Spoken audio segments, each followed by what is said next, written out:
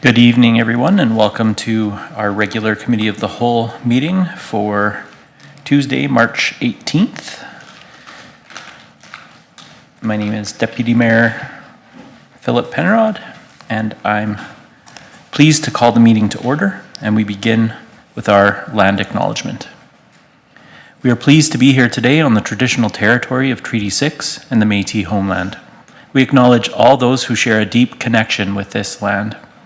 The City of Beaumont respects the histories and languages and cultures of all of Canada's First Peoples, whether they be of First Nation, Métis, or Inuit descent, and appreciates that their presence continues to enrich Canada's vibrant communities. We are all treaty people. The peace treaties bind us all. And with that, we'll move into the adoption of our agenda. Madam Clerk, do we have any additions or deletions for the agenda tonight? Thank you, Deputy Mayor. We do not have any additions or deletions this evening. Thank you. Thank you. And do we have a member of council ready to move the agenda for this evening?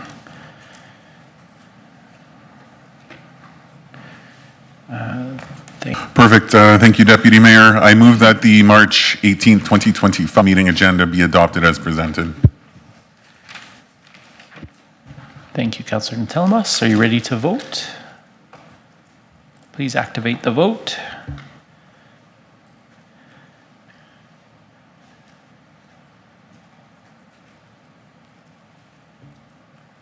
Looks like we're waiting for... It hasn't come up on my screen, so I vote yes. Councillor Barnhart votes in favor. Thank you. The motion carries 7-0 unanimously. Open forum presentations today. Thank you, Deputy Mayor. We do not have any open forum registrations this evening. Thank you. Then that takes us to item 5.1, the Protective Services Quarterly Report. Deputy Mayor, we do need an adoption for the minutes. Oh, pardon me. I skipped over that. Thank you.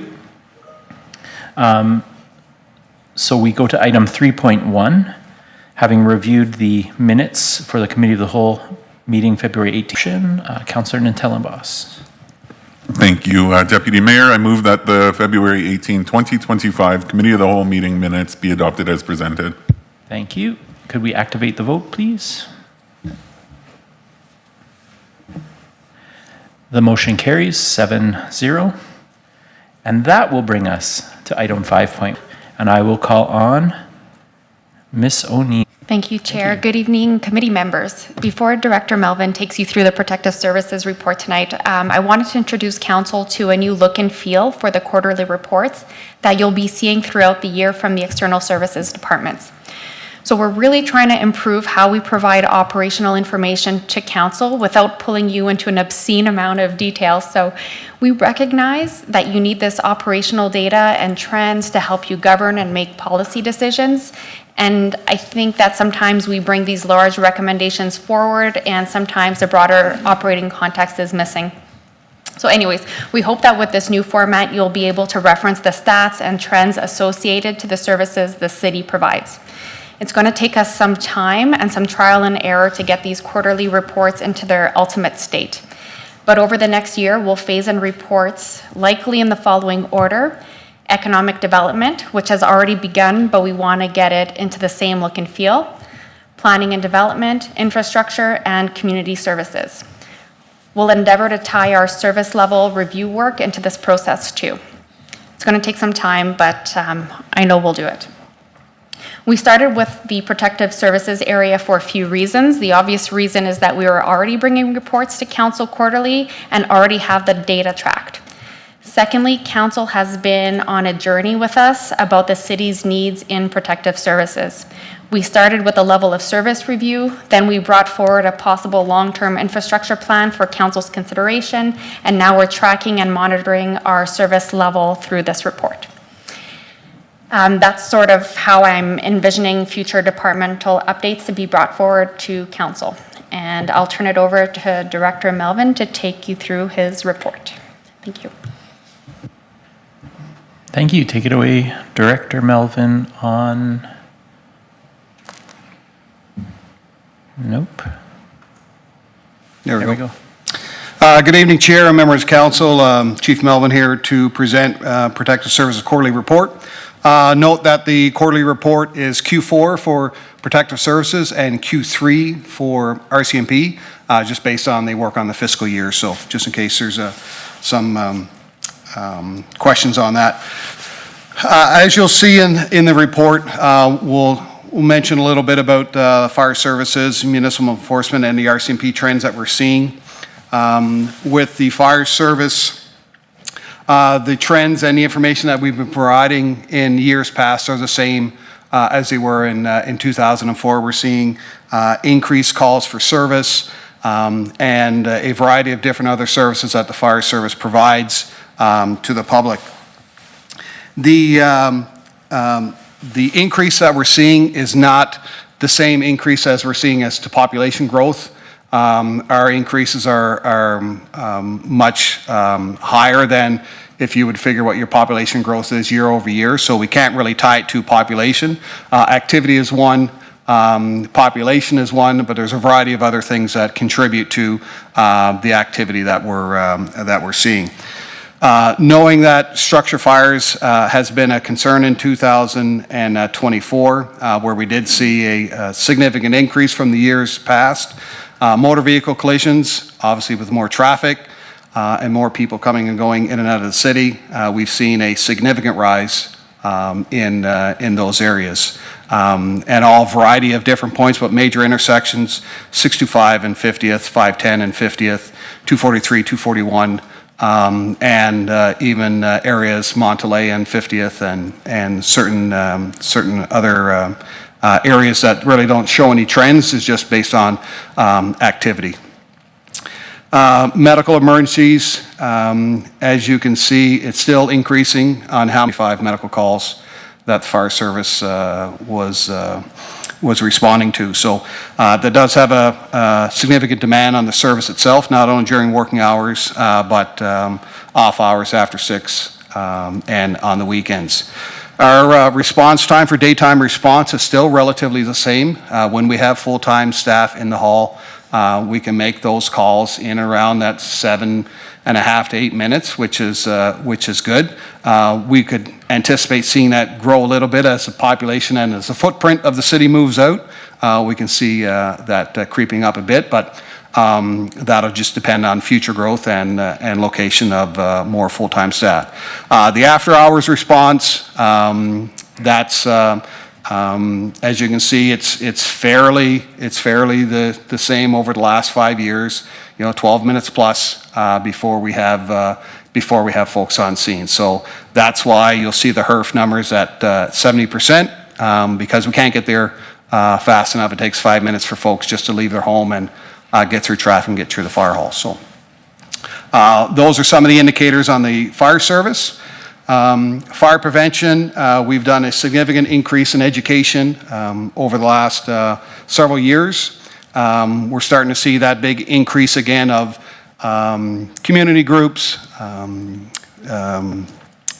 daycares, kindergarten classes, really looking forward to coming to the fire hall, and vice versa. We go down there to make sure we can educate kids to pass on some of the safety things that we're seeing in the community. Fire inspections and investigations, obviously that's just based on the number of calls that we're seeing. We've had a significant amount of fire investigations in 2024. We're hoping to keep that relatively low with our education program, but at the same time, that's just a city that's growing and going to have more activity that's in it. Development plans review, so we review all the development plans that come into fire prevention, and we're getting significant input early on for issues that we may see coming forward later in development.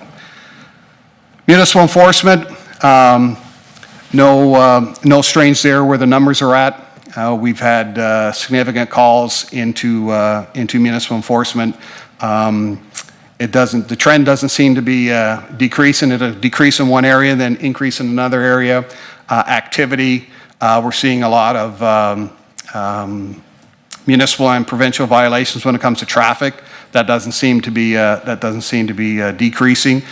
We are in discussions with the RCMP and how we can provide more engagement when it comes to traffic safety and traffic safety programs that the province has that we can incorporate just to get people to slow down enough and pay attention to what they're doing. We're going to be tracking in 2025 our response time calls once we receive the call from the dispatch center, so provide some more data on how accurate we are getting back to folks to close out those files. Right now, as you're aware, we have 4 full-time staff and 1 casual for our staff. We are operating 10 hours a day, not on a 7-day work schedule. There's some days during a work day where we only have folks on Monday to Friday, 8:30 to 4:30. So as we continue to grow, we will be putting into the budget process based on the data that we're seeing and ensuring that we're maintaining council's policy when it comes to our level of service for municipal enforcement and the fire services. Moving to the RCMP, and I'll apologize in advance. Sergeant Marintet was unavailable short notice this evening, so we can look at attachment number 3 and look at the crime statistics. Gives you a good impression of where crime is over the last 5 years within Beaumont. Obviously, we can't talk any details further than what's provided here, but if there is information that you're looking for that I don't have readily available, please send the information to the chief clerk, and we'll get back to you as soon as possible when it comes to those statistics. So I'll leave it at that. I'll turn it back over to council if they do have any questions or concerns. Free to ask. Thank you, Chief Melvin, and Ms. O'Neill. Appreciate the 10,000-foot view on the aspiration for continuous improvement with our quarterly reporting. Look forward to receiving that as it rolls out, and we'll continue to improve it as we go. Definitely appreciate the efforts from administration to get good data into our hands so that we can. Sir Natellenboss first. Perfect. Thank you, Deputy Mayor. Chief Melvin, just a couple quick clarifying questions. Just in regards to the statistics provided, more so on the traffic safety versus the provincial violations. I would imagine both those categories capture the TSA. Is there duplication in those numbers between the provincial violations and the traffic safety? Through the chair to Councilman Tellenboss, no, there's no, they're not doubled up. They're complete separate. Okay, perfect. So I guess just in the sub category there where they identify what's captured under the provincial violations, it does mention the Traffic Safety Act. So are you able to just distinguish between the two? The only reason I'm focusing on this is just because of the big drop in the provincial violations. I'm just trying to figure out what caused that potentially. So in the obviously within the provincial violations, those are the ones that are not in our traffic safety bylaw, which would be captured in municipal warnings and violations. Also captured in there is any type of bylaw violations when it comes to community standards.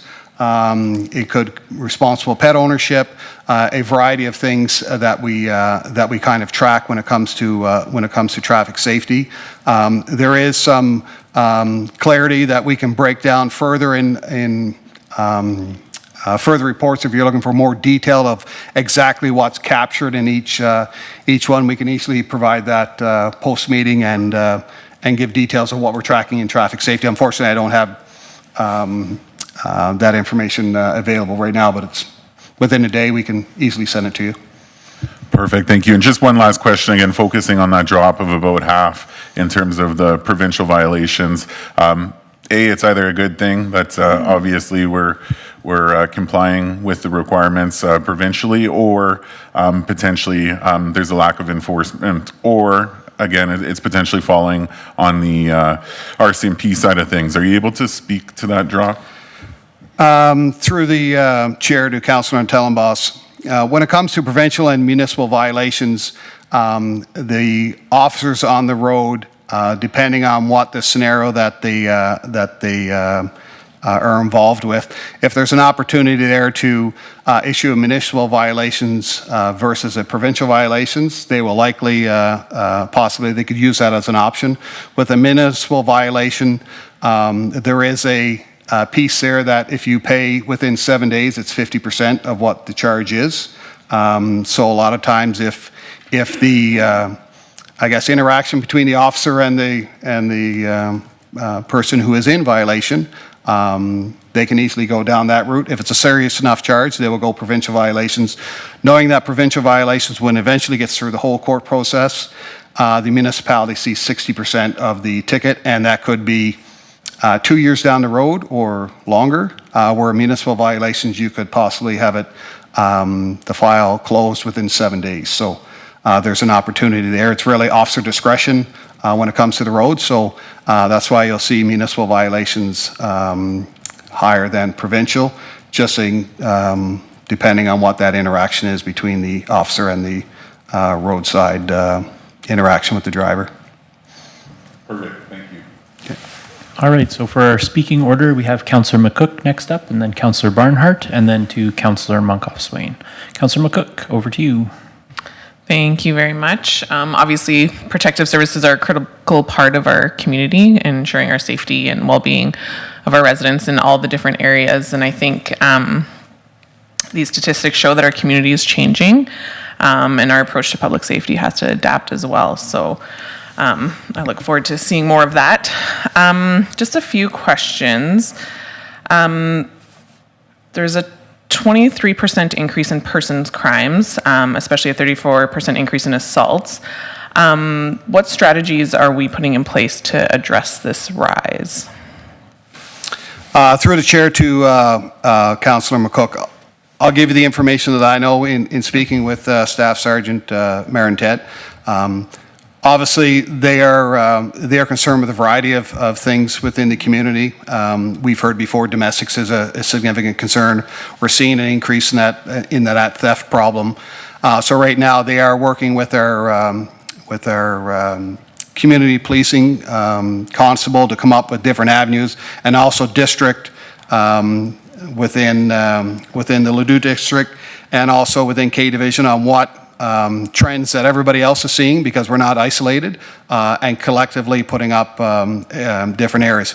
Once again, with the RCMP, it's relatively a small staff down there with a increasing call for service, and they will try to focus on the high priority calls as they come in, but they are looking at other avenues how to kind of flex and maximize the use of resources to try to deal with some of those calls that we're seeing increases in. So, thank you. You kind of covered off some of the the questions I had in that. Part of it was in regards to domestic violence, and I know we had spoken about it before, and I'm not quite sure where it is. And I know the RCMP routinely uses social workers, and they kind of have teams and stuff like that. And I know different communities use them in a different way as to how they connect with the RCMP. And potentially this is a question for when the staff sergeant's in front of us. So that's okay if you need to refer back. But just wondering how or if we use that kind of program at all in the community. I know sometimes they lean on Edmonton and sometimes they lean on Leduc, but maybe could you speak to that? Through the chair to Councillor McCook, I do know that victim services as a whole has kind of changed that whole program. I know they have some resources in there. I'm not aware of to that extent where social workers are doing that, patrolling with the RCMP within Beaumont. I do know that our community policing constable is in constant contact with FCSS, the schools, and obviously neighboring detachments to kind of see what the trends are. We're starting to see the increases here, so I'm sure Sergeant Marintet says we're trying to get ahead of it and doing what we can with the resources we have based on the calls that come in. So I can follow up and get some more information if he hasn't, and definitely send it back through council. Perfect. That'd be great. And I can share some of the information regarding some other communities that do some of that stuff. So that might be beneficial. And as you said, we're not alone in that. You know, Alberta's seeing a 10-year high in regards to intimate partner violence. So unfortunately, that's not just unique to our community. In regards to a couple more questions, Chair, that's okay? Okay. The 67% decrease in drug crimes, how does that correlate with other crime trends in similar communities? And what are we attributing this to? Is it maybe potentially underreporting? Is it change in enforcement focus? Through the chair to Councillor McCook, I would have to reach back to Sergeant Marintet. Are you talking the change in the trafficking piece on drug enforcement? Yes, I believe so. Yeah, I could only speculate right now. I'd be guessing, but I can easily add that to the list and send it back in. Thank you, appreciate that. And then as far as some of the thefts, we've seen increase in theft over 5,000, which indicates potentially more high-value thefts. Do we have specific areas that are being targeted? Do we know kind of what kind of prevention strategies we're implementing regarding this? Through the chair to Councillor McCook, I did speak with Sergeant Marintet this morning, and we were talking about theft at city facilities, and theft from vehicles seems to be still quite common in the community. I know the RCMP is spooling up the spring program, which would include some advice on how to protect yourself and your belongings. And if there's any more information that he can provide, I'll send it with the list. Thank you, appreciate that. Thank you very much. Thank you. Thank you, Councillor McCook. Councillor Barnhart. Thank you very much, Chair, and thank you for the report and the changes to the reporting. I think it's quite helpful. Of course, when we have it this high up, we're going to drill down. You know that. But I think this keeps us at the level that we need to pay attention to for sure. The question I have, Chief Melville, is around the number of fire investigations. And you touched on it. It's the highest number, so of course that kind of jumped out at me as well. I'm just not sure I understand if it's not related to the same number or the same increase as structure fires. Why is there a difference there, and what is causing that increase? A little more understanding of that would be appreciated. Through the chair to Councillor Barnhart, just clarifying the structure fires. The fire investigations are obviously in direct correlation to structure fires. The increase that we've seen a lot of kitchen-related fires. And unfortunately, just based on the dynamics behind it, the kitchen fires can have a devastating and quickly a quick effect on the structure in itself, just on how it's built and everything. Right now is very open concept, so not a lot of things are compartmentalized when it comes to structures. We are seeing an increase. What is it related to? A variety of different things. It's a lot of it is distraction, different variety of things. We haven't seen many where it's based on either design or there's an electrical flaw in how it was built. It's normally not those, nor very seldom you'll see appliances, but we are seeing an increase, and anything that's on the main floor is normally devastating to the rest of the structure, to a point where we've seen several in the community that had been tore down and rebuilt, and that's just based on the damage that it has with how quickly things burn these days. So I appreciate knowing a little bit more about it. It seems like it may be not one-on-one. You might be going back to the same structure more than once. Is that also a possibility? Or? We normally don't try to do any warranty work when it comes to that stuff. A lot of times when we were there, we will completely finish it. I'll start doing the investigation after that, and then once the public investigation is done, the property really gets turned over to the homeowner, their insurance company, their private insurance company to dig into, because now they're dealing with a claim and all that. And my role in all of this is really origin and cause. Where did it start? what happened?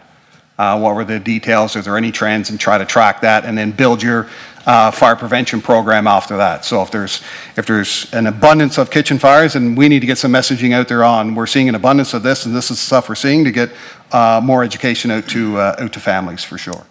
Appreciate that background. And I know we're looking at small numbers, and percentages seem to, look greater when you go from a 4 to an 8. A couple of other questions, Chair, if I may. I think one of the overall pictures here, again, at that higher level, is that growth is generating, obviously, more need for service. That's very clear here. Do you feel that the level of service that we've got in the works is where we need it to be? Or do you have some concerns that perhaps this needs to be revisited? Do these numbers suggest anything different? Through the chair to Councillor Bernhardt, presently what we have has told the story since I've been here that we're going to see an increase in activity right across the board. Ideally, you would like to, I wouldn't say you would like to, but if it stayed with the growth of the community, if the community is growing at 5% and everything else increases by 5%, you could correlate that. But we have some things that are higher than that, and just based on how quickly Beaumont is growing, we're trying to keep up as best as possible. We're maintaining and meeting council's policy on our current level of service for both fire and municipal enforcement. How long that will be, we already have plans and has presented to council of what the next steps kind of be, where we need to be. We're working on the fire levy to get that done, to try to find alternate revenue sources to assist us in providing that service for the future. But like anything else for emergency services, you're up to date one day and then the next day you're not. So we just need to, my job is to manage that risk as best as possible with the resources we have available. And then once the risk becomes unimaginable, prior to that, we should already have plans in place, which is what we've done over the last several years, and several things that we've brought to council when it comes to what should our level of service be, where should fire stations be, at what time do we increase staffing to meet the needs of the community based on call volumes and growth. So it's a variety of things that are on the table that we're trying to manage, so that we don't come to council with, yeah, we should have did this 5 years ago and now we need this much, and sometimes that's unbearable to even try to digest. So we're trying to get ahead of it as much as possible, which we've done over the last several years, and we'll continue to do that. But rest assured, if there's needs or asks, we'll present it as part of the budget cycle, as we'll continue to do. And if something immediate comes up, we'll definitely keep council in the loop on what we're thinking. So That's a very good response. Thank you, Chief. And last small one is regarding the training hours. With all the growth, I expected those to maybe go up, and they seem to be going down slightly. So I'm just wondering, is that by design, or did something just not happen that maybe could have happened, or something like that? So the training hours is a unique piece, because we're talking about our paid on-call volunteers who most all work Monday to Friday at their normal jobs, and then need to come in every Tuesday or every second Tuesday for training night, and then on Saturdays and on weekends. So we're at a point right now, in 2024 was the first year in the last 5 years we haven't had to hire a recruit class, because we've been able to maintain the status of that. So that's why you'll see a decrease a little bit, because we never pushed through a recruit class in 2024. 2025 is when the next recruit class starts up. So right now, a lot of the stuff we're doing is refresher training, and making sure that our staff are balanced between work, family, fire service. It's a hard balance to do, and we need to ensure that the right amount of time is in the right areas for our members. So. Thank you. I do appreciate the background. I appreciate that very much. Thank you. Thank you, Councillor Barnhart. Councillor Moncough-Swain. Thank you, Mr. Chair. Yeah, this question may not be answered. It's more kind of our CMP related, and a bit of a strange one. So recently, there was an individual who I'll say, came back into the community. There was some social media interest around that, and it got quite a few people worried. And I know a lot of us got contacted about it. Nothing that we can really do, but in terms of direct response. So I just wondered a couple of things around that. For next time when our CMP is in front of us, just maybe help understand how they kind of look at those situations, but also, the RCMP, they did a really good job, 2 years ago or so, looking at social media, being a bit more active on social media, certainly not getting into Beaumont Talks, but just promoting their own information on what they do and just looking at some of those trends. And, there's legitimate concerns there. So just wondered if more of a comment than anything is just to have those conversations with the RCMP about that proactive engagement and just letting folks know and acknowledging some of the concerns that are out there. So just a comment more than anything on that. Okay. Thank you.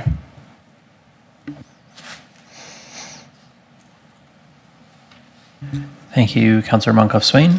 Councillor Natellenbus, I'm going to go to Mayor Daniluk before, just give him a chance with a question before we come back to you. Mayor Daniluk. Thanks, Mr. Chair. Appreciate that. Thanks for the report. Chief Melvin, just a very quick question. In past reports and general discussions, quite often when 911 calls come in, the fire department is almost rolled every time, regardless of what their call is actually about. So the 375 year-to-date medical emergencies, are they in your estimation, or can you give us an idea? Is the fire department really involved in every single call, or you often get the call, you get there, you're really not needed? Just get an idea how often that happens to us, because once you get the call, you've got to roll. I get that. I'm kind of curious how often our guys and girls in our department are actually doing something on a scene as opposed to being called out, and they're there, they need it, but they're quite often not used. Sometimes it's hard to tell when the call comes in when you should be involved, but I'd rather have you guys there and they're not needed than not called when you are needed. But give us an idea how often that may happen. Just give us an idea on the expense we do with those type of calls. Thank you.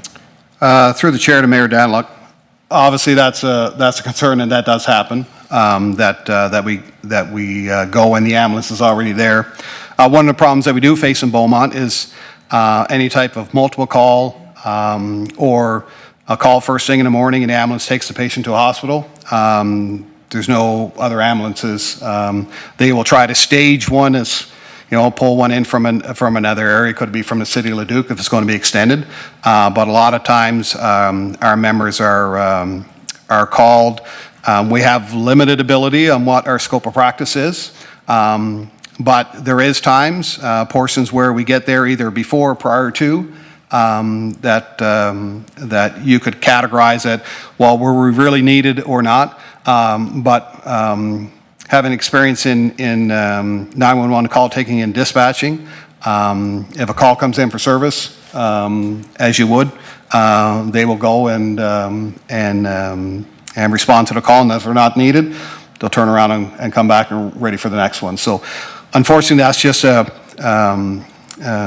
part of the service that we don't have significant or ambulances in Beaumont, and plus we don't have ambulances to go anywhere in Beaumont. They always had to leave the community. So whether you bring in another ambulance, they still have to leave the community.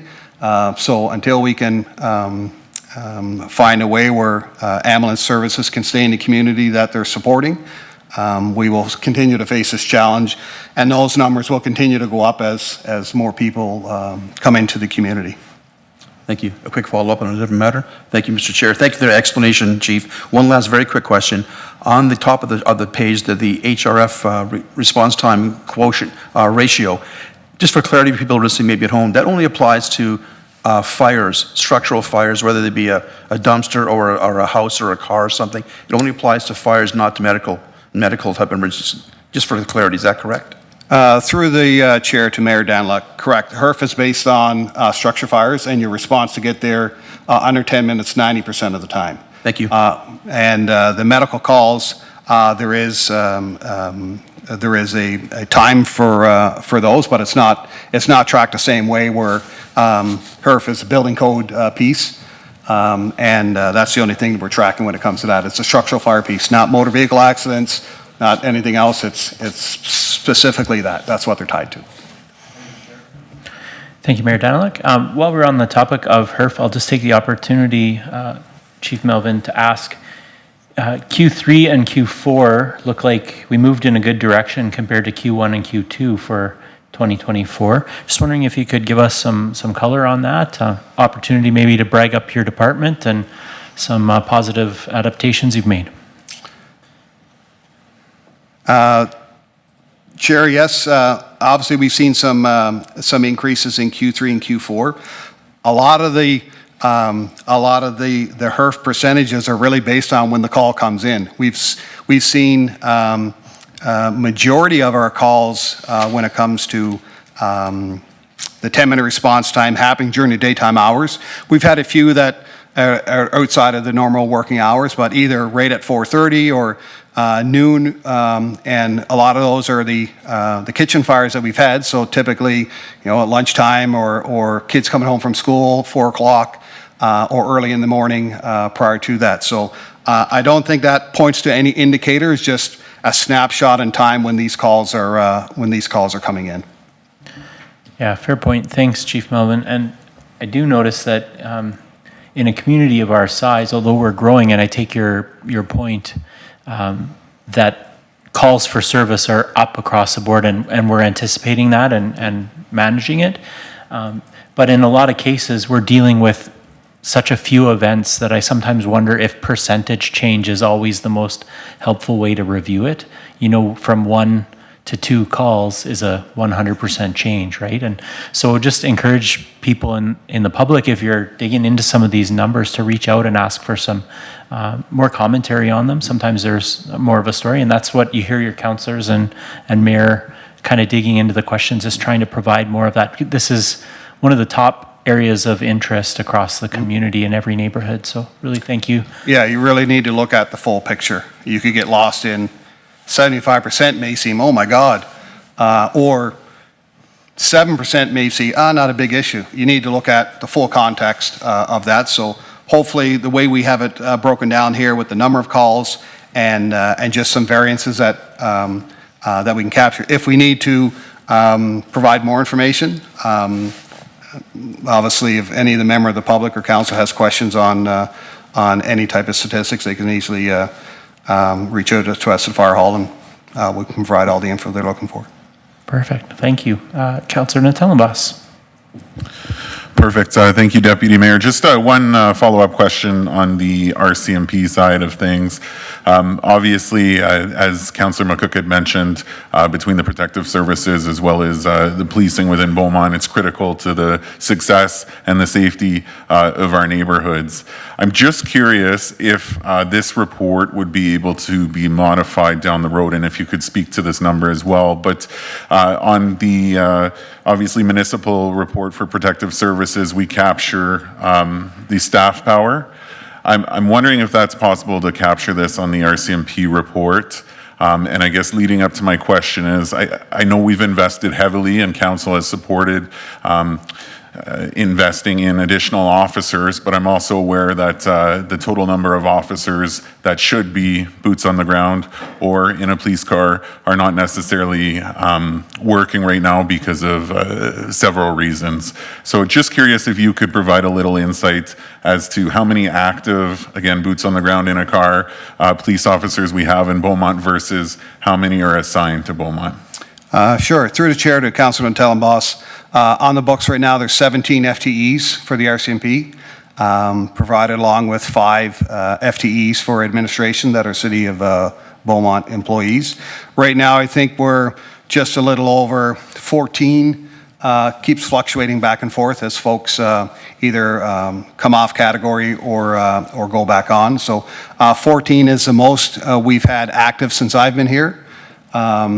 So that's a trend I see in the right direction. But right now we're short 3 that are on paper supposed to be employed here. Outside of that, we are working with other detachments on pilot programs that may include sharing of resources to try to provide better service to neighboring municipalities. So obviously ourselves, the City of Leduc, Leduc County, Devon, variety of things. We're looking at, which is positive to see, is that the RCMP is really looking outside the box and how they can better provide support to the communities that they're in. They are well aware on the cost of policing in Alberta and the cost of policing in Beaumont. And the luxury that we have is that they're not satisfied that every option has not been looked at yet, so which is a good thing for us. So I anticipate those discussions start happening now in Q2 when it comes to how we can better serve the community, provide a better level of service, but also trying to keep the cost down as low as possible, so as to not have a detrimental impact to any municipality that they serve. Perfect, thank you. And I realize it's not your report here, but are we able to potentially capture that? Because I think it's important to note, as you mentioned, that we have the most officers, again, actively in the community than we've seen for quite some time. Through the mayor to, through the chair to Councilor Tellenboss, absolutely, I'll reach out to Staff Sergeant, and if we can provide that data, we will just add it in. Perfect, thank you. Thank you, Councillor Tellenboss. And maybe one more question for you, Chief Melvin, before we let you off the hook. You noted in your report a new stat being tracked, being reviews for safety of development plans. Just wondering what's driving the decision to track that new metric at this time, and maybe you could comment further on some of the most common observations or recommendations. What's coming out of this work that's making our community safer? Chair, absolutely. We have, for the last several years, have a full-time fire prevention officer that provides not only education, but the inspection piece. We look at the development plans to make sure that when we look at hydrant placement, road widths, we look at turnaround access, access to fire department connections, commercial developments, a variety of things that we try to identify that once everything is built, we can actually make it to a site, get in there and do what we need to do. So it gives us real good insight of what's coming to the community, and it gives planning and development, infrastructure, other folks within the organization, where we're coming from, because once it's built, then it's difficult for us to really change anything. So we're really looking at life safety, water supply, and in the event we have something serious, how do we mitigate that issue as quickly as possible? So having fire prevention in on those discussions early on before development permits are done to give us feedback has been fantastic over the last several years. And we really made great strides in 2024, and we're going to continue to build on that in 2025 because we know growth is not stopping here in Beaumont. And having us engaged early, I see as a big benefit to the community when we're looking at fire safety and life safety early on and not post-build. Thanks, Chief Melvin. Anywhere where we can spend some time and resources on prevention and early planning, happy to do that. So thank you for your time. Seeing no further questions, I thank you for your report, and we'll move on to item 5.2. So I will call on Mr. Zayden to give the 2024 Environmental Master Plan progress update. And clear out your mic here.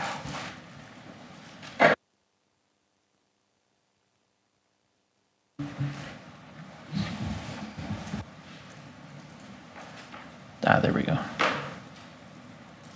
Oh.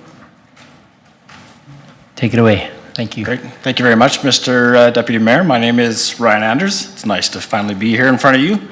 I am the Manager of Engineering and Environment in the Infrastructure Department under Mr. Lewicki. I'm happy to be here today with Mr. Fejer Sadan to present to you the 2024 annual update to the Environmental Master Plan. So with that, I would like to turn it over to Mr. Sadan. Thank you. Thanks, Mr. Anders. Good evening, members of the committee. My name is Fejer Zaidan. I'm the environmental lead, and I'll be presenting the annual Environmental Master Plan update for 2024. I'd like to start with a brief recap of the Environmental Master Plan. The EMP is a strategic framework for guiding Beaumont's environmental actions towards sustainability and resilience. It outlines goals, actions, and timelines to support the city's environmental health and climate goals.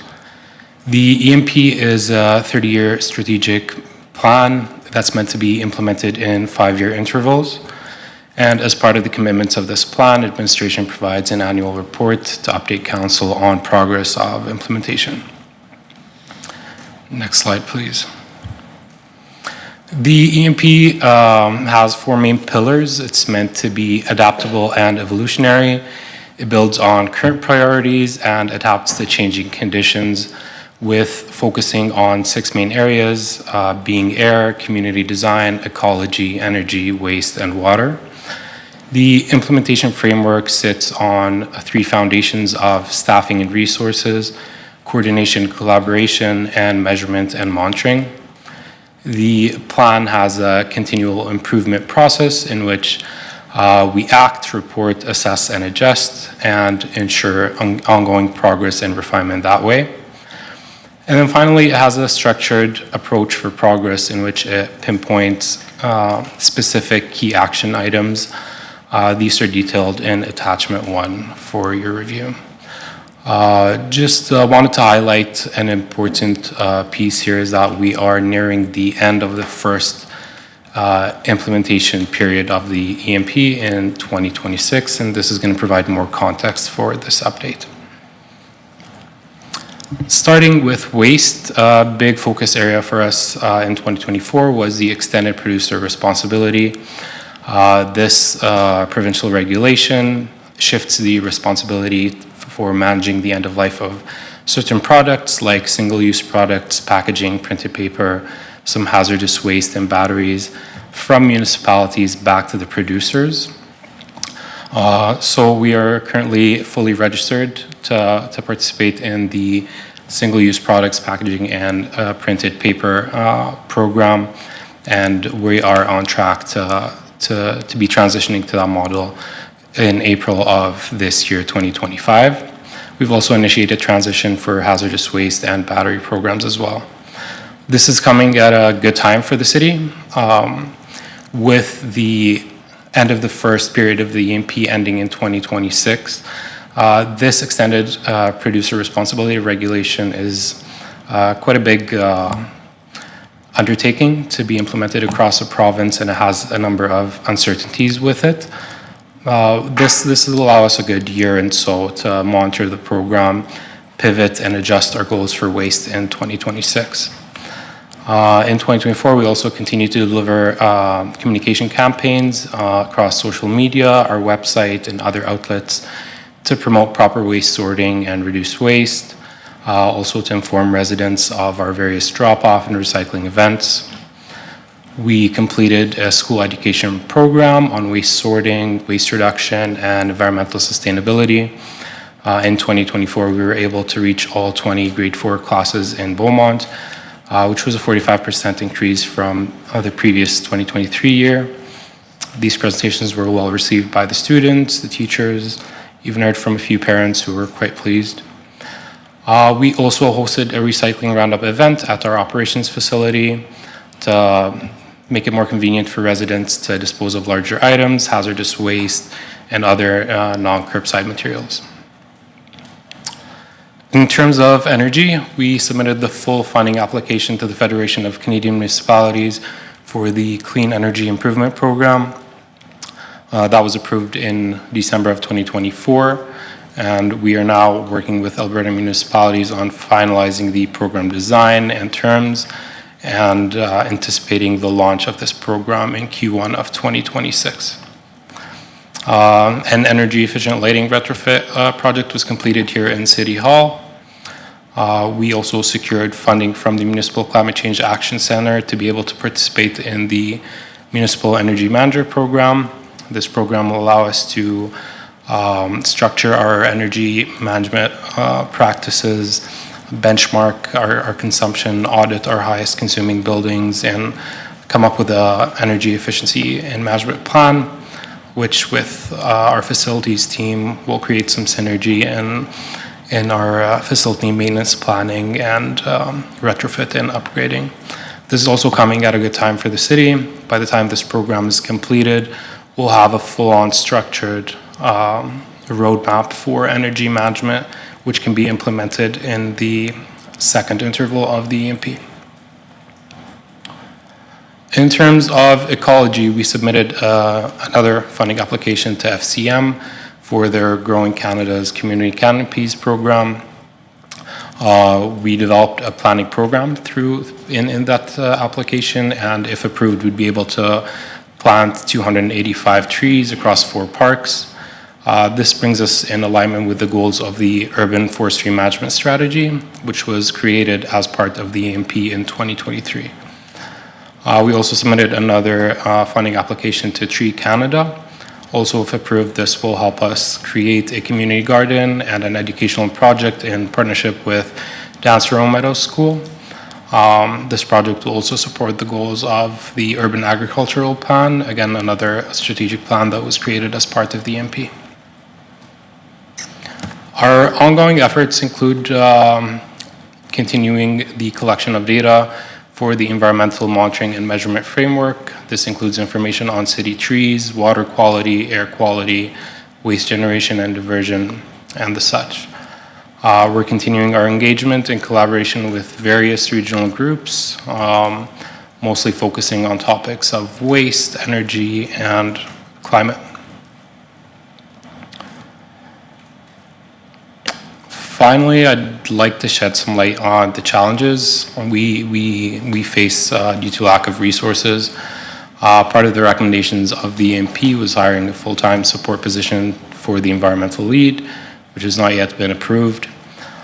This would impact the implementation of some of the goals and the timelines of the EMP. Essentially puts us in more of a reactive state and may impact some of the key items that we have lined up for this interval, such as the SEEP program, for example, our community engagement efforts. But also as part of this first interval of the EMP, many strategic plans were created, such as the Urban Forestry Management Strategy, the Urban Agricultural Plan. In the next cycle of implementing the EMP, these are going to require a lot more implementation efforts to be able to achieve the sub-goals of all these plans. Without that support position, the goals will be quite hindered. This brings me to the end of my presentation. Thank you, and happy to answer any questions. Thank you, Mr. Zayden. Appreciate that. Council, any questions? Councilor Natellenbos. Perfect. Thank you, Deputy Mayor. Thank you for the presentation. Obviously, a lot of good information there. Just a quick question. I more so on the waste side of things. I obviously saw and well aware that we have recycling events, but just wondering if there's been any discussion in regards to maybe some more permanent options for recycling. I'm not talking to the extent of a full eco station, but even some bins that would promote recycling on a more regular basis. Just give me 1 second to reset. I think I...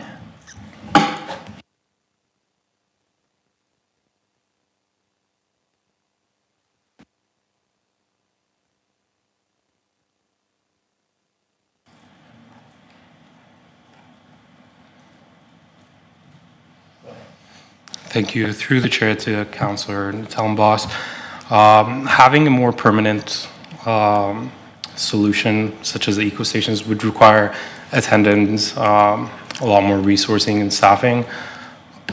It's currently not a priority in terms of recycling, but potentially in the future, it's definitely a goal. Thanks.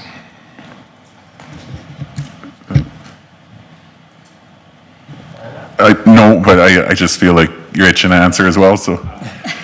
No, you're good, okay. Thank you. All right, Councillor Van Newkirk, we lost you in the shuffle there. We'll come back to you. No problem. There was a little teaser in there around SEEP. Is there any more definitive timeline that we can speak to, or is that a little premature right now? Through the chair to Councillor Van Newkirk, I would say there's a fair amount of confidence that we'd be able to launch in the first quarter of 2026. Okay, thank you. Maybe while we're on that topic, are you able to comment further? I know there are a few, but very rabid fans of SEEP in the city, and they ask not infrequently what the holdup is. And I know there's a long process that we've gone through, but is there a particular issue that we're trying to manage, or that we have to kind of dot the I on or cross the T on to get it rolled out? Thank you, Mr. Chair. Yeah, for this year, the first set of tasks we need to complete for this program is finalizing the terms of it. There are steps such as onboarding contractors that are local. All this takes some time to mid-year at least to be completed. And then we need to align with finance on rolling out that program, ensuring that our systems are communicating well. There's a financial system that'll be rolled out also. So we want to ensure that all this is in place before we roll it out, and risk not having proper service out. Yeah, situation sounds like where we want to roll it out smoothly as opposed to moving it as fast as we could and potentially having some hiccups in the process. So I just wondered, and maybe Ms. Morrison could comment, or feel free, admin, to take who'd like to, but I wonder if this is partially related to our work on the working on the acronym here, the Financial Access Control Technology. Is that somewhat related? And is there potential here to speed up the process, or maybe just smooth out the process if we add a module to FACT that will help drive this SEEP component forward? Mr. Boacek. Thank you. Thank you, Mr. Chair. There was a desire originally that SEEP was being held in check while the conversation around the new ERP system was coming forward. It was at the time thought that it would be best to wait for that piece of software to be updated and running. We, as part of the council report last week, that was for information, are about a year away, give or take, from that system being live. And so we are actually going to manage it offline so we're going to not wait until the program is in place. We're actually starting to get the SEEP program moving now and not waiting until the software is completely installed. And then we will look to integrate it in after and look for modules and things that can support that kind of platform, but that we are actively moving this forward now. And so finance was kind of the reason it was being held for a bit, and now we're going to just start advancing the program. Love to see that, and thank you for that extra initiative to move where we can on this piece. As I said, there's people in the community that are following this actively and very interested in an eventual rollout. Councillor Barnhart, pass it over to you. Thank you very much, and thank you for the report. I believe you inherited this when you started the job. The plan was already in place. Am I correct? Through the chair, correct. In position about a year and a half, something? 13 months, yeah. Oh, it hasn't even been a year yet. Then I don't feel so bad. I hadn't met you, and I wasn't sure if I was just forgetting. The reason I'm putting that out there first is that I feel that as council and together we have not put enough emphasis on this strategic plan to actually make it work. Because you've said that several times throughout the report, that the resources are not there, and there are some concerns about that. And I appreciate that's not your fault. You've inherited that. What I'm getting at, or what I'm wondering about, is the review is due somewhere soon. I think you said this is the last year. Next year would be, yes. Yeah. And so when is that actually, before budget or after budget, that the review is going to take place? Well, through the chair, 2026 will be the year that we adjust. So likely it'll be before budget. Would make sense that would happen. Just as a comment, the this is not like a strategic plan that's ever going to happen. When you do a strategic plan, you have to look at the resources we have available and actually plan accordingly. And it seems to me that we had dreams and visions and things, perhaps grants just haven't come through and resources haven't come through to make that happen. So I'm just wondering if, given some of the things that you've listed in here, you have an awful lot on the go, and one person doing it or a few people doing it on the sides of their desks to help you. But I'm just wondering if this is something that council maybe should be looking at sooner rather than later, and whether there might be something we can do to help prioritize, because there certainly seems to be concerns in the community about things we could be doing, should be doing, why aren't we doing? And we're kind of at the mercy of it. Well, it's in the plan, but the plan isn't going to happen the way it is right now. So, for resource purposes. Comment on it, please.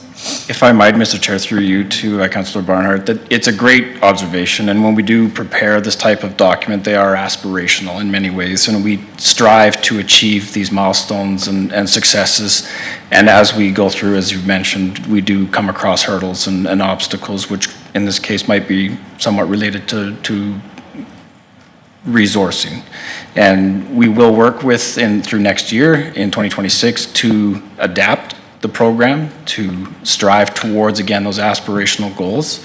With an environmental plan, we're of course striving towards those goals. And as we achieve them, we will move the goalposts and markers to best reflect where we are at with resourcing and funding at that time. Well, perhaps I would just suggest, to me, that sounds like a vision. It doesn't necessarily sound like a strategic plan. And so that's kind of where I'm getting at. In terms of the actions, I think, again, it behooves council to be involved in that process about where can we actually make a difference and move the needle. Recycling batteries, recycling glass, what are the things, the really tangible things that we could do where our citizens can feel a part of that and we can feel that we're actually making progress. So again, the big lofty ones are great and I think they need to still be there, but I think we need some real action. Anyway, sorry, those are just my comments, and I realize I'm kind of speaking to us, not to you. Thank you. Appreciate the observations. Councillor Barnhart. Councillor McCook. Thank you, Chair, and thank you for the very thorough report and update. I'm excited to see that we submitted a funding application for the Growing Canada's Community Canopies. I think that's a great program. It says anticipated in summer 2025. Is that when successful applicants will be announced, or do we know that we're getting the grant, or? Through the chair to Councillor McCook, if approved, we would anticipate the program kicking off in summer of 2025. Okay. We hope to hear back on the status of our application sometime in Q2. Okay, perfect. Thank you. Just a couple notes. The Environmental Ambassadors Program has been delayed to 2026. Do we have any strategies that we can put in place to kind of keep community engagement strong in regards to some of this stuff? Through the chair to Councillor McCook. Currently, like I said, with our current resources, some of our efforts are more reactive. For example, with community engagement, the school presentations seem to be more of an effective strategy than establishing a whole new ambassadors program at this point. Okay. So that would be my answer for that. Yeah. Okay, thank you. And then it says the updates to the Beaumont Urban Design Guidelines and Low Impact Development Standards, we've kind of pushed those along as well. Is there any way that we can ensure kind of environmental sustainability remains part of our planning decisions despite some of this shifting and moving timelines? That might be, I don't know. That may be more of a planning question. Maybe Mr. Schwartz. CEO Schwartz. Yeah, hi. Through the chair to Councillor McCook, I think what we're getting into now is some more detailed budget discussions that we're not going to be able to solve at this point in time. But certainly, as we bring information back, it's good to have these discussions, but we will have a plan for budget and see where we go. Okay, thank you. And I guess just on a broader scale, to kind of go off of what Councillor Barnhart brought up and some of these more aspirational plans and whatnot. How do we compare to other municipalities, and do we know, and perhaps this is a question that Councillor Inquiry or notice motion I can put in later, in terms of an EMP kind of implementation? Through the chair to Councillor Cook, currently we're in good standing, I would say. We do compare in terms of our level of service and delivery. My concern would be, again, for that next stage of the EMP, where we would have to actually go and implement these larger goals. And with, for example, the new regulation for waste, this immediately becomes more of a priority that we need to kind of shift our capacity towards to be more in compliance. So the more we advance, the less our standing will be in terms of how we compare to our surrounding communities. Okay, perfect. Thank you. And I think maybe just as we kind of move into that review stage, I think maybe if there's any regional best practices that we can adopt, I'm sure that's something you guys are already considering, as we do with most of these kind of master plans. But if we can consider that and maybe add that into the review to see where we're at, and if we are able to adopt some, that would be wonderful. Thank you very much. Thank you, Councillor McCook. One last question from me, Mr. Zayden.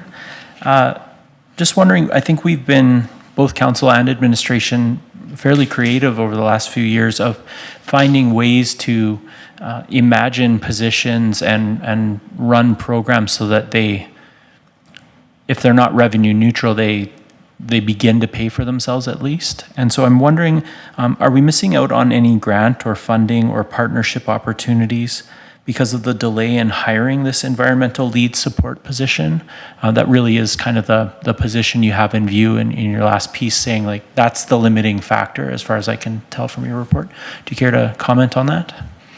Thank you for the question. So in terms of grants, there mostly would be tied to reporting deadlines, deliverable deadlines. Committing to certain grants to get some funding will basically tie our capacity to that and delay us from being able to complete other objectives that we have. The program that we are now participating in, the Municipal Energy Management Program, is a good balance in terms of a program that provides funding, but also some level of support and flexibility to be able to see some light in some of those initiatives without fully committing our capacity to one thing. Fair, well said. I think sometimes we imagine that all our problems could be solved with another grant, but the economists like to remind us that there's no such thing as a free lunch. Councillor Monkoff-Swain, I'll leave you with the last question for Mr. Zayden. Yeah, thanks. More of a comment. I appreciate where you're going around creative, and yes, this is a budget discussion. I think fundamentally council needs to determine whether they believe in this, and if they do, we need to fund a position, right? My ask though for administration, obviously new council, would be when this next budget process comes up, it's often, sometimes we don't know what we don't know, right? And there may not be a position for the environmental that you're looking for because it didn't quite get through everything, all the other priorities. I just invite administration at some point during that budget process to say whether it may be above the line, who knows? But if it's not, or if it's not there, just to flag that and to say, council just wanted to remind you that we had this conversation about our environmental master plan, and without funding it, we've shown those limitations, and just make sure, hold us accountable effectively to this, because to Councillor Barnhart's point, aspirational versus strategic, right? It's nice to say we have a plan, but we've got to commit to it. So I just ask and invite you guys to remind us of that when it comes to budget time. Thank you. Mr. Anders, Mr. Zayden, thank you for your time this evening. Appreciate your report. And with that, just to check in, how are we doing? Do we need a brief bio break, recess, or you want to forge through to item 5.3? Forge through? All right.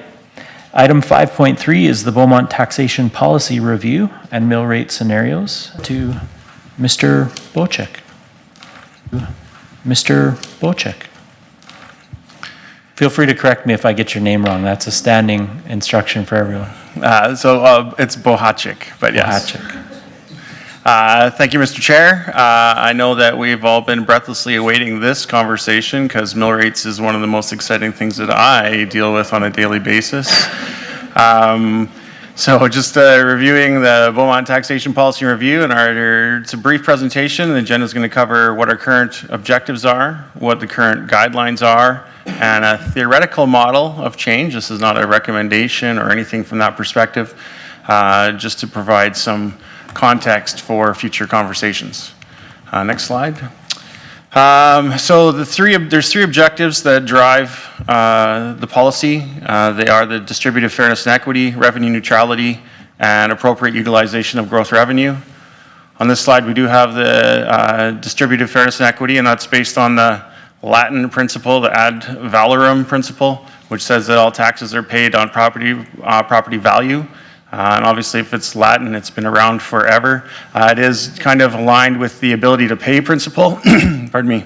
The ability to pay principle states that it holds that those with more income and wealth should pay more taxes. This is basically the gist of it. And that a single dollar means less to a wealthy person than to one with lesser means. And so that's the kind of the pieces there. And so we speak to fairness and equity, but we want to be clear that taxes are not equal, right? It's equitable and fair to proportionately fair, but taxes aren't the same for everybody. Revenue neutrality is another major component of the policy. Basically, what we're saying is that the city or the resident doesn't take a profit or loss based on market volatility. So we have a revenue requirement through the budget. So in this instance, our budget last year, I'm just going to use round numbers, was $32 million.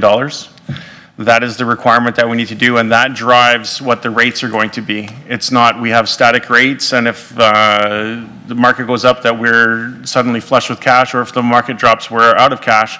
It's designed to protect both the city and the resident from volatility, and it provides better transparency.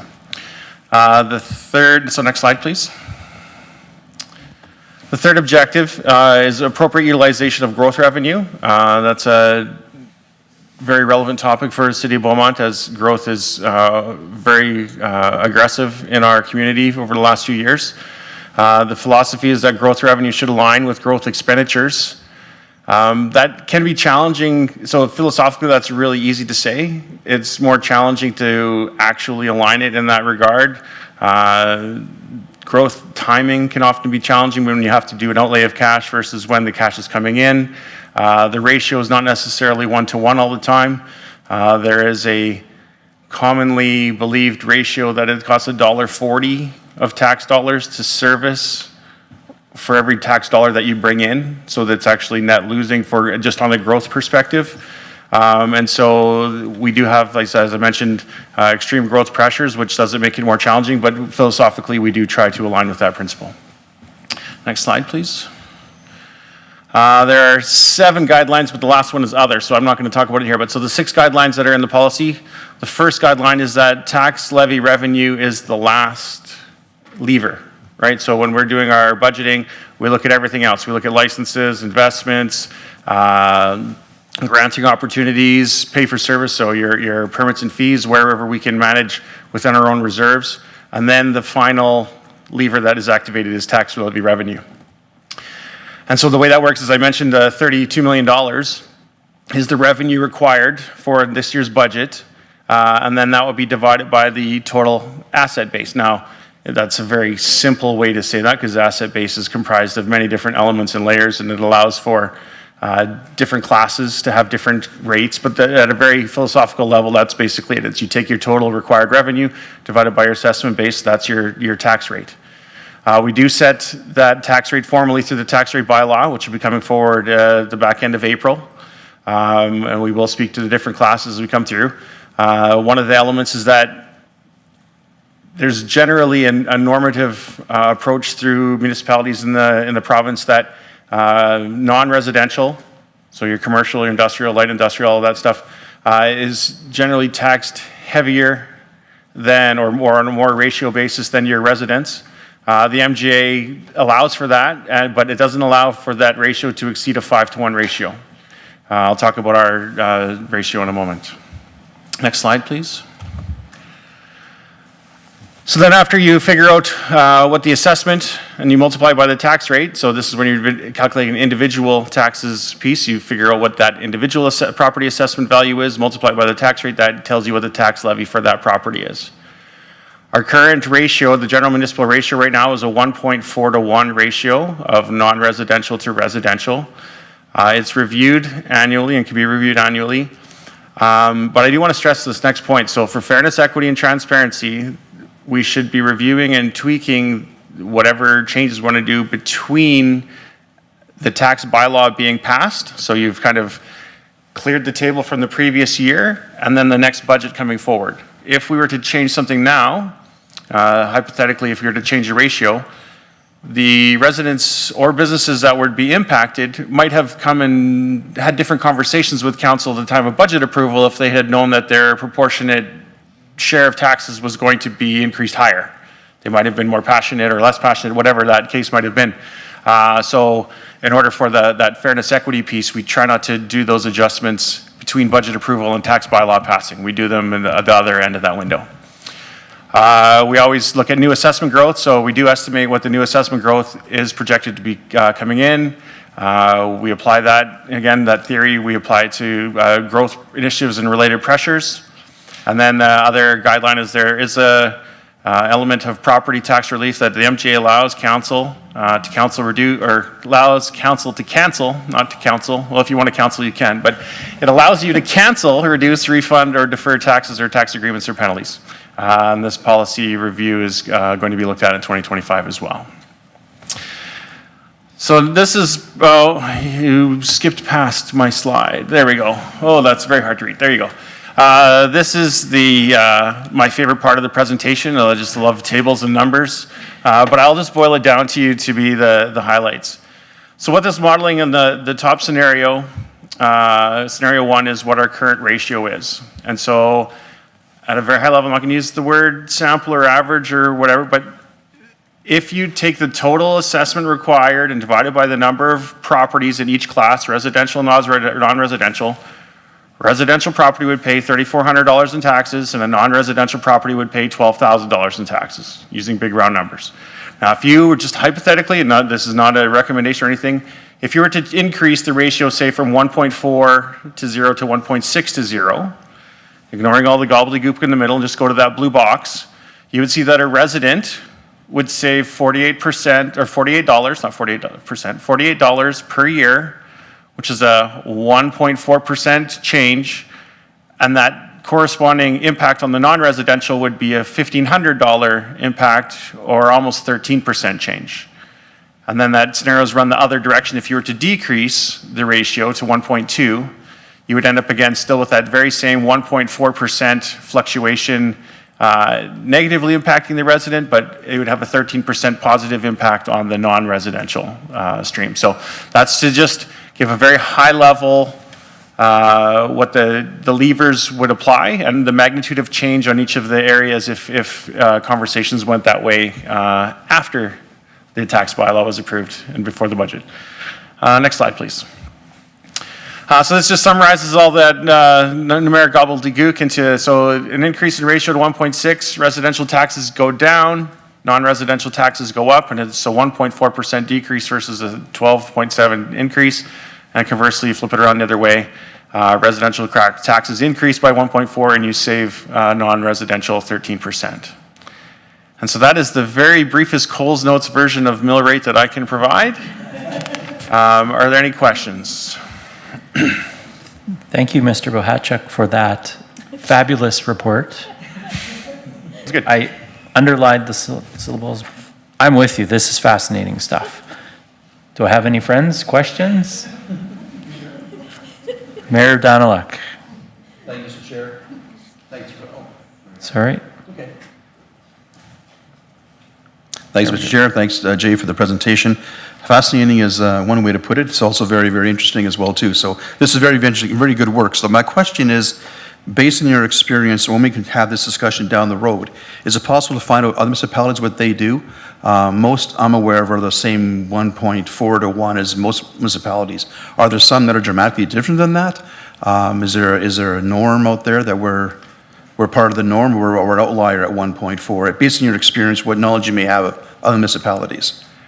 So through the chair to Mayor Daniluk, my most relevant experience is actually the unicorn the other way. So I don't have a good personal experience of what a normal community like us would the ratio would be. Generally, if you look at a non-res to or a res to non-res ratio, is usually the target is 80-20, right? And we're about 90-10, 91-9, somewhere in there. I come from a place that was 60-30 the other way. So it's a little bit upside down. So I'm not sure what their region, I haven't had time to do the homework as far as what their region does. It could range that. I don't think that's probably very far off, and I don't think it's unreasonable. I just wanted to demonstrate the magnitude of change. No problem. Appreciate that. Thank you, Mr. Chair. Thank you, Mayor Daniluk. And to Councillor Monkoff-Swain next. Yeah, thank you. I've been here 7.5 years. I've never actually had that conversation, so thanks for bringing it forward. You go through the budget process and you see the two little lines, but I've never heard it that way, so thank you. I guess my question is that this is for information only, right? So if we just say, great, thanks, and nothing happens, like are you planning to do a review and bring it back, or do you need, if council was interested in taking a look at that? Like, I know Bill asked a couple of questions about it, but maybe just help me, what would the next steps be? So through the chair to Councillor Monkoff-Swain, it's challenging being in an election year this year with the timing. Normally what I would do is after April, after we pass the tax rate bylaw, through the summer months, we could definitely sit down and talk workshops and scenarios and preferences and pieces like that. Given that it's a very short window from election day, and then budget will be shortly thereafter, it would probably be included if council indicated there's a desire, and we'd probably pre-prep to be able to have that conversation. But if council said, hey, this is one of the levers we want to look at as far as solving, we're looking at the tax ratio part of budget, it would probably be rolled in as an element of that rather than a separate conversation in advance of that. Yeah, sorry, just thank you. And I know how many other things we're trying to jam at administration. My personal gut, and happy to hear others, is leave that for the new council to really dive into. But great information, and appreciate it. Thank you, Councillor Monkoff-Swain. Any further questions? Councillor Natellamas. Perfect. Thank you. I'll also echo Councillor Monkoff-Swain's comments there. First, I guess I was going to ask what the intent of the presentation was, and clearly it's more educational than it is anything else. I guess question for you, Jay, would be just in regards to potentially putting some of this lovely presentation on our website or making it more available so that residents have a clearer and better understanding of mill rate and how it works. And I just quickly searched mill rate Beaumont, and you look at that, it doesn't provide anything close to the clarity that you just provide the residents as well as council. So just wondering if there's an opportunity there to not only educate the individuals that are watching this meeting right now, but the entire community through our website potentially.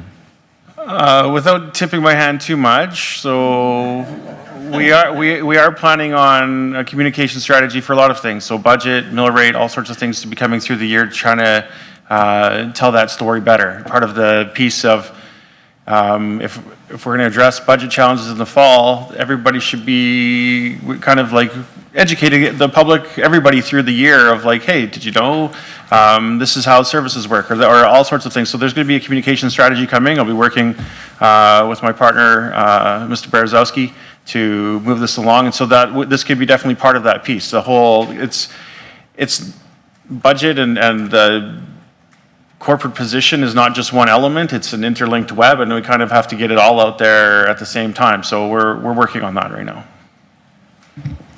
Perfect. Thank you. I know I've mentioned this in the past, but I do really appreciate your candidness and transparency as it relates to numbers, because it's a lot for a lot of folks to consume. So I won't ask you exactly what your playbook is, but it sounds like you have one. So thank you. Thank you, Councillor Natellenbos. I had a couple questions. If no one else wants to chime in, maybe this will spark something for you. I don't know. There might be an Oilers game tonight. Maybe that's why everybody's quiet. I'm not sure. I'm zooming in on page 40 of 47 on the PDF version of the report. The quote is challenging as this piece is challenging as growth revenue to expense is not a one-to-one ratio. So just picking up on that cost of new development, it's hard to appropriate the new dollars coming in and put them where we'd like to under that value, just because it doesn't add up. I just wonder what you might have to say. I know we've had some conversation about off-site levies being a tool that it's not a blunt instrument. It very kind of surgically can help to move the needle on some things. I'm wondering if there's other tools or strategies that council should be considering to alleviate that. We maybe never get it to a one-to-one, but are there other ways and avenues? Yeah, that's a slide right there. So to you, Mr. Chair. When we talk the 1.4 to 1 or the $1.40 to 1, that's usually on the operating side. The way the offsite levies works, that's on the capital structure, and the levies are designed that within a specific community, the developer pays for all the infrastructure, and then it's the infrastructure that borders the community or helps support that piece, so whether it be an arterial road or a water line that has multiple benefiting parties and things like that, that's where we get involved in that piece. And so that's funding capital, so offsite levies, and the levy model helps our fund our infrastructure, and then this is more in reference to servicing, right? So whether now we're doing extra road cleaning, we're doing extra park mowing, we have to do extra maintenance, all of those things that come generally, you have to put that structure and stuff in place before necessarily a full development has been completed. And so your costs are actually coming online before the revenues are necessarily catching up. So there's always a timing is a challenge, and the ratio doesn't always uniform. Some areas might have some a more advanced or more prepared infrastructure. They might have 4-lane roads already in the area, as opposed to now there's 2 lanes, and we're going to have to add pieces of that, or you know, whether it's the boulevards are beautifully done already, or now we're going to have to do all those work. So there's a number of layers and elements to that. So are there other levers?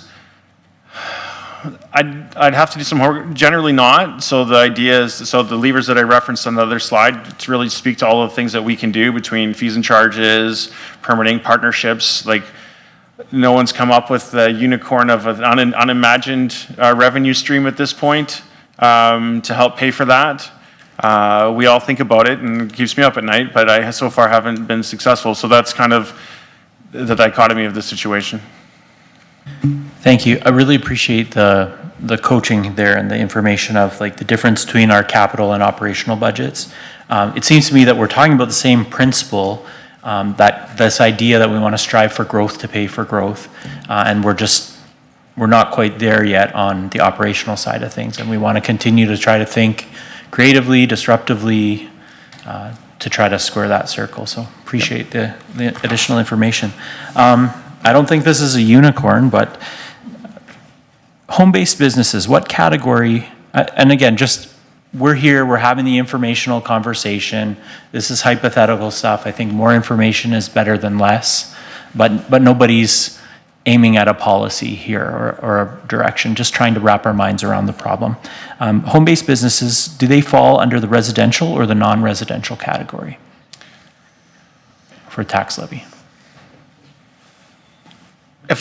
So an uneducated guess, the answer is we don't know, but I could hypothesize that potentially it's, if you're claiming taxes, for example, on a home-based business and claiming a room or an office, that might be accounted for differently, but I have to check with our assessment contractor and see what the official ruling is on that. I think that would be interesting information to have, and maybe and this might, you tell me if this is something that needs to be more of a notice of motion kind of thing, because there might be some additional work here, but what would be involved if council, again, hypothetically, asked admin to develop a third category of home-based business that was different than those two as far as the tax levy was concerned? Don't even know.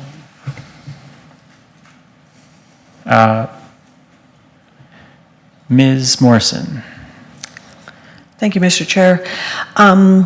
There are options in setting different categories. This is the best way to put it when it comes to taxation. So those are available within the MGA.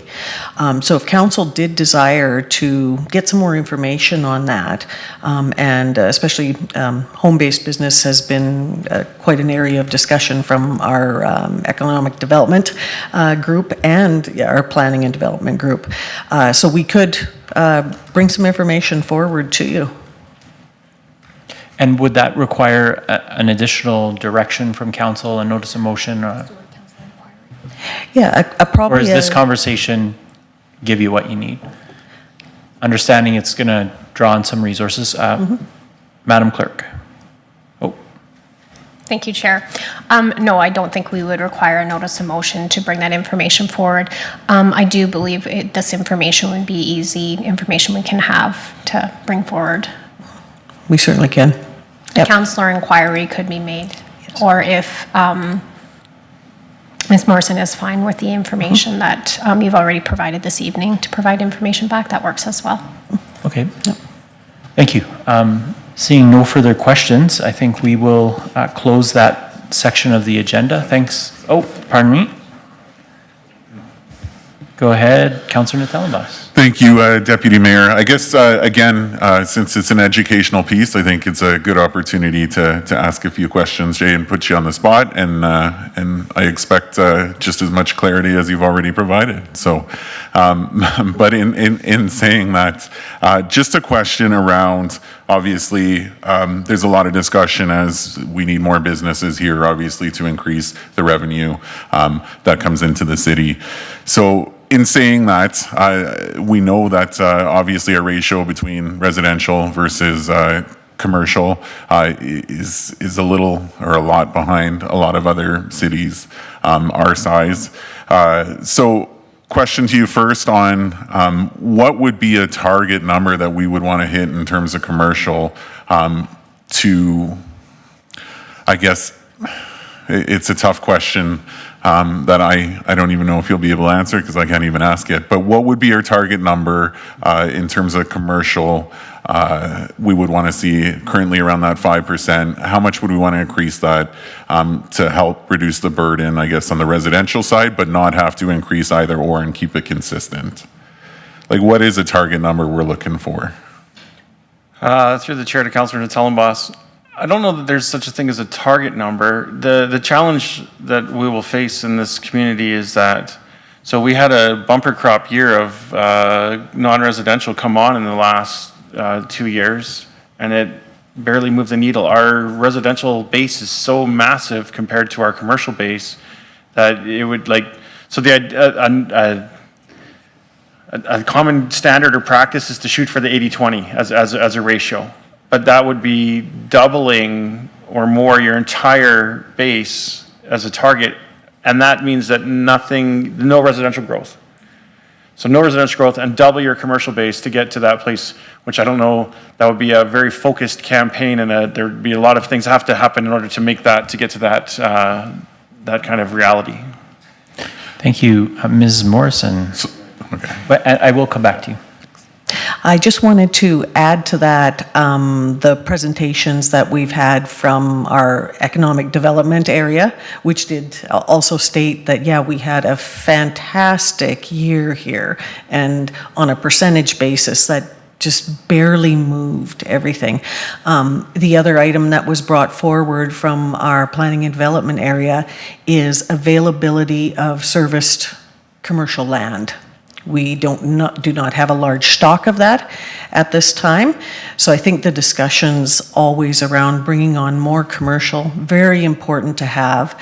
But our realities are we do have such a significant residential base, and that is what is attractive for people coming to the city, and that much of our commercial revolves around supporting that residential growth.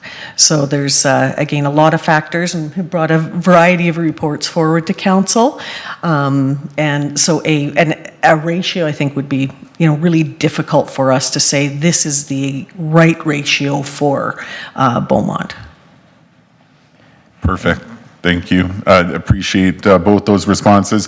Just one last question, because it can be argued either way. So just looking for maybe a little bit of clarity on the density side of things. So when we talk about it's not a 1-to-1 ratio, it's more 1.4 to 1 in terms of the growth revenue. Does that change if we increase density, or does it make it worse because we're obviously having to service more with a denser population? So through the chair to Councillor Tellenbos, this is not my area of expertise on growth densities and their realities. I would look to partners at the other end to maybe chime in. You bet. I will. I'll start chime in, and then so Neil may add to this. That isn't an easy question to answer because in many cases with density, some of the infrastructure that would lead to the density, you require the same amount of infrastructure that can support more residents. So therefore, you get the tax dollars with less money required to have that infrastructure up to more residents.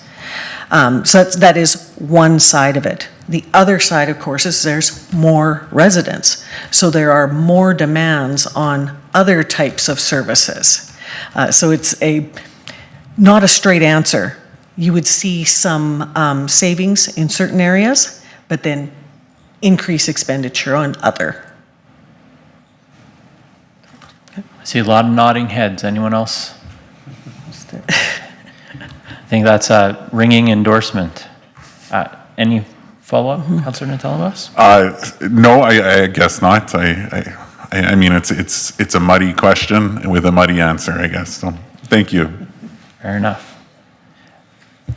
Thank you, Mr. Boacek, for the report.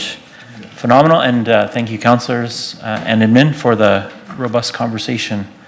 These are issues that are clearly pressing. Like we've had, it might look like a small agenda tonight, but we've touched on the real flashpoints in the community as far as people's interests and what keeps people up at night. And now we have a bit more insight onto what keeps Mr. Boacek up at night too.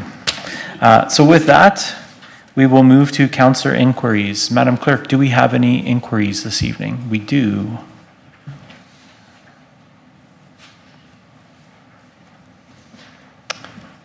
Councillor Van Newkirk. Yes, thank you, Deputy Mayor. This inquiry is based on traffic calming information. Please provide information on the summary of the public feedback and the key findings and recommendations from the engineering assessments conducted in late 2024 that informed the decision to install curbing at 56 A Street, 55th Ave, and Rue Monteley. Thank you. Councillor inquiries this evening. Seeing none, I will call for our adjournment at 6:38. Thank you everyone for joining tonight.